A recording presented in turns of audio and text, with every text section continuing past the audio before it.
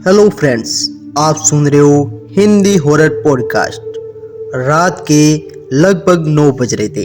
सड़क पर दूर दूर तक वीरान सन्नाटा पसरा हुआ था। दूर दूर तक ना तो कोई इंसान दिखाई दे रहा था और ना ही कोई जानवर। एक अजीब सी मनुष्यत छाई हुई थी उस सड़क पर। शाम को 7 बजे के बाद कोई इंसान भूलकर भी इस सड़क से नहीं गुजरता, और ये बात शायद इस इलाके के लोग अच्छे तरीके से जानते थे। लेकिन एक लड़की, शायद इस खौफनाक सड़क का इतिहास उसे कुछ भी मालूम नहीं था। 20-25 साल की ये लड़की अकेले ही इस खौफनाक सड़क पर कहीं चली जा रही थी। शायद वो लड़की एक कोई राहगीर होगी जो अपना रास्ता भटक चुकी थी। वो जल्द जल्द में किसी सुरक्षित स्थान की तलाश में थी जहां वो रुककर आज की रात गुजार सके और अगली सुबह होते ही वो अपने घर की ओर जा सके। लेकिन लगातार आधे घंटे तक चलने के बावजूद उसे कोई ऐसा सुरक्षित स्थान नहीं मिला जहां वो रुककर अपनी रात गुजार सके। वीरान सड़क पर उसे ना तो कोई इंसान दिखाई दे रहा था और ना ही कोई जानवर, जिसकी वजह से उसे अब अंदर ही अंदर काफी डर लग रहा था। वो डरी सहमी बस यूं ही चली जा रही थी। तभी उसकी नज़र 500 मीटर दूरी पर एक गांव पर पड़ी। वहां एक साथ कई सारे लाइटें जल रही थी जिन्हें दूर से ही देखा जा सकता था। जैसे उसकी नज़र उस गांव पर पड़ती है, वैसे ही उसके चेहरे पर एक खुशी का भाव उभर आता है। उसने जल्दी से अपने कदमों की गति बढ़ाते और अब लगभग भागते हुए वो उस गांव की ओर बढ़ने लगी। भागते भागते अचानक उसका पैर किसी पत्थर से टकरा जाता है और वह मुंह के बल जमीन पर गिर गई। उसके हाथ पैरों में थोड़ी बहुत खरोंच आई, लेकिन अगले ही पल उसने अपने हाथ पैरों की धूल को साफ किया और अपनी जगह से उठकर खड़ी हो गई।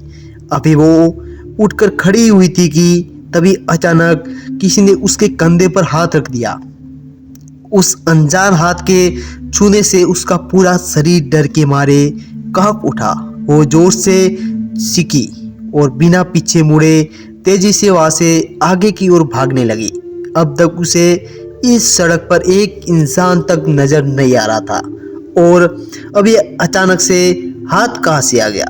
यही सोचते हुए वो तेजी से उस रोशनीनुमा गांव की ओर भागने लगी। तभी उसे पीछे से किसी बुजुर्ग की आवाज सुनाई दी, बेटी भागो मत, मैं कोई भूत नहीं, मुझसे घबराने की तुम्हें कोई ज़रूरत नहीं है। मैं तुम्हें कुछ नहीं कहूँगी और कुछ तुम्हारा नहीं बिगाड़ूंगी। जैसे ही उस लड़की ने ये आवाज़ सुनी, वो पल के लिए अपनी जगह पर रुकी और घबराते हुए धीरे से पीछे मुड़ी। जैसे ही उसने उस आवाज़ की दिशा से मुड़कर देखा तो वहाँ उसे एक 60 साल की बुढ़िया दिखाई थी, जिसने अपने सर पर पल्लू ओढ़ा हुआ था और हाथ में लाठी पकड़ी हुई थी। लड़की को रुकता देख वो बुढ़िया लाठी के सहारे एक एक कदम आगे बढ़ाते उसके नजदीक पहुंचने लगी। कुछ ही क्षणों में वो बुढ़िया उस लड़की के नजदीक पहुंच गई और उसने कहने लगी, घबराओ मत बेटा, तुम्हें मुझसे डरकर भागने की कोई जरूरत नहीं है। मेरा नाम मालती है। वो जो गुटुर गांव दिख रहा है ना, मैं बस उसी गुटुर गांव की रहने वाली हूँ। मेरा खेत है यहाँ पे। शाम को खेत से काम करते वक्त मैं अपने सोने के कंगन यहाँ पर रख कर भूल गई थी, पर घर जाने के बाद मुझे याद आया कि मैं अपने गहने तो खेत में ही भूलकर आ गई, तो बस मैं उन्हें लेने यहाँ आ गई। वैसे तुम कौन हो बेटी, और इस सुनसान सड़क पर अकेले कहाँ चले जा रही हो? वो लड़की अटकते हुए बोली, मैं एक राहगीर हूँ। मैं अपना रास्ता भटक गई हूँ और रास्ता भटकते हुए मैं इस दिशा में चली आई। सुबह तक रुकने के लिए किसी सुरक्षित स्थान की तलाश कर रही हूँ ताकि आज की रात गुजार कर मैं अगली सुबह अपने घर की ओर जा सकूं। लेकिन पिछले आधे घंटे में इस सड़क पर चल रही हूँ, लेकिन अभी तक ना तो मुझे कोई सुरक्षित जगह मिली है और ना ही कोई इंसान। इस वजह से जब आपने अचानक मेरे कंधे पर हाथ रखा तो मैं डर गई। मुझे ऐसा लगा जैसे किसी भूत ने मेरे कंधे पर हाथ रख दिया हो। इस पर वो बुढ़िया हल्का सा मुस्कुराते हुए इस लड़की से बोली, अरे नहीं नहीं, डरो मत, कोई भूत नहीं है, वो एक साधारण सी इंसान ही हूँ। तुम एक काम करो, मेरे साथ मेरे घर चलो। आज की रात तुम मेरे घर पर ही रुक जाना। अगली सुबह होते ही मेरा बेटा तुम्हें तुम्हारे घर तक छोड़ाएगा। ठीक है, अब चलो मेरे साथ। वो लड़की थोड़ी देर तक कुछ बोलती और सोच के वो चल देती है और फिर उस बुढ़िया की बात भी वो मान लेती है। फिर वो दोनों उस सड़क पर चलते हुए गुटूर गांव की तरफ बढ़ने लगी। चलते हुए तभी वो लड़की उस बुढ़िया से सवाल करती है, माँ जी एक बात बताइए, सड़क इतनी सुनसान क्यों है? वो लड़की अभी आके और कुछ पूछने वाली थी कि तभी उस बुढ़िया ने उसकी बात को बीच में काटते हुए उससे कहा, सु, सु, सु, सु, सु, इस सड़क के बारे में कुछ मत बोलो बेटा।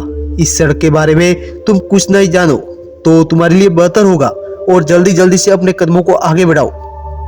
यहाँ और ज्यादा देर तक रुकना यानी अपनी मौत को बुलावा देना है। बुढ़िया की बात लड़की के कुछ समझ में नहीं आती। वो इस बात से बिल्कुल आजमज थी।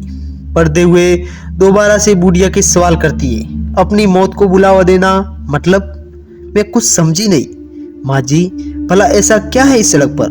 नहीं बेटा, उसके बारे में मैं ना ही बात करो तो अच्छा है। वो बुढ़िया थोड़ा घबराते हुए बोलती है, बताइए ना माँ जी, आखिर क्या है इस सड़क पर जिससे आप इतनी घबरा रही हो? आखिर ये सड़क इतनी वीरान और डरावनी क्यों लग रही है? बुढ़िया के लाख समझाने के पर भी जब वो लड़की नहीं मानती तो बुढ़िया उसे उस खौफनाक सड़क का इतिहास बताने लगती है। ये बात आज से 20 साल पहले की है। यह सड़क गांव के और शहर को आपस में जोड़ने का काम करती थी। दिन हो या रात हमेशा यहाँ पर बड़ी संख्या में लोग अपनी यात्राएं करते थे। गांव को किसी को शहर जाना या शहर से किसी को गांव आना, वो इसी सड़क से होकर गुजरते थे, क्योंकि एकमात्र ऐसा रास्ता था जो सरल और छोटा था, गांव को शहर से जोड़ता था। इस सड़क के कारण गांव का भी काफी विकास हुआ। कुछ ठीक चल रहा था, लेकिन एक रात अचानक गुटूर गांव के दो लोग जो शहर से गांव की तरफ लौट रहे थे वो रहस्यमयी तरीके से गायब हो गए। वो निकले तो शहर से गांव के लिए थे, लेकिन गांव में पहुंचने से पहले वो दोनों कहीं गायब हो चुके। गांव वालों ने उन दोनों को ढूंढने का भरपूर प्रयास किया, परंतु उन्हें कुछ भी नहीं मिला। इसी घटना को 2 दिन ही बीते थे कि 2-3 बाद रात के समय फिर कहीं राहगीर रहस्यमयी तरीके से इस सड़क से गायब होने लगे। हर 2-3 दिन बाद ऐसा ही होता रहा, लेकिन किसी को कुछ पता ही नहीं चल पा रहा था कि आखिर इस सड़क से लोग गायब कहाँ हो रहे हैं। लोगों का गायब होने का सिलसिला बस दिन ही दिन बढ़ता जा रहा था। शाम के 7 बजे के बाद कोई भी इंसान इस सड़क से गुजरता, चाहे फिर वो बच्चा क्यों ना हो, या जवान या बूढ़ा, औरत या मर्द, कोई भी गायब हो जाता और फिर कभी लौट कर वापिस नहीं आता। लोगों को लगने लगा कि जरूर इसके पीछे किसी भूत प्रेत का हाथ है। जब ये बात गांव में चारों तरफ फैलने लगी, तब गांव के सरपंच ने गांव में एक आपातकालीन सभा बुलवाई और सभा में यह तय हुआ कि कोई भी रात के समय में उस सड़क के पास नहीं जाएगा। बेटी, यह थी इस सड़क की कहानी।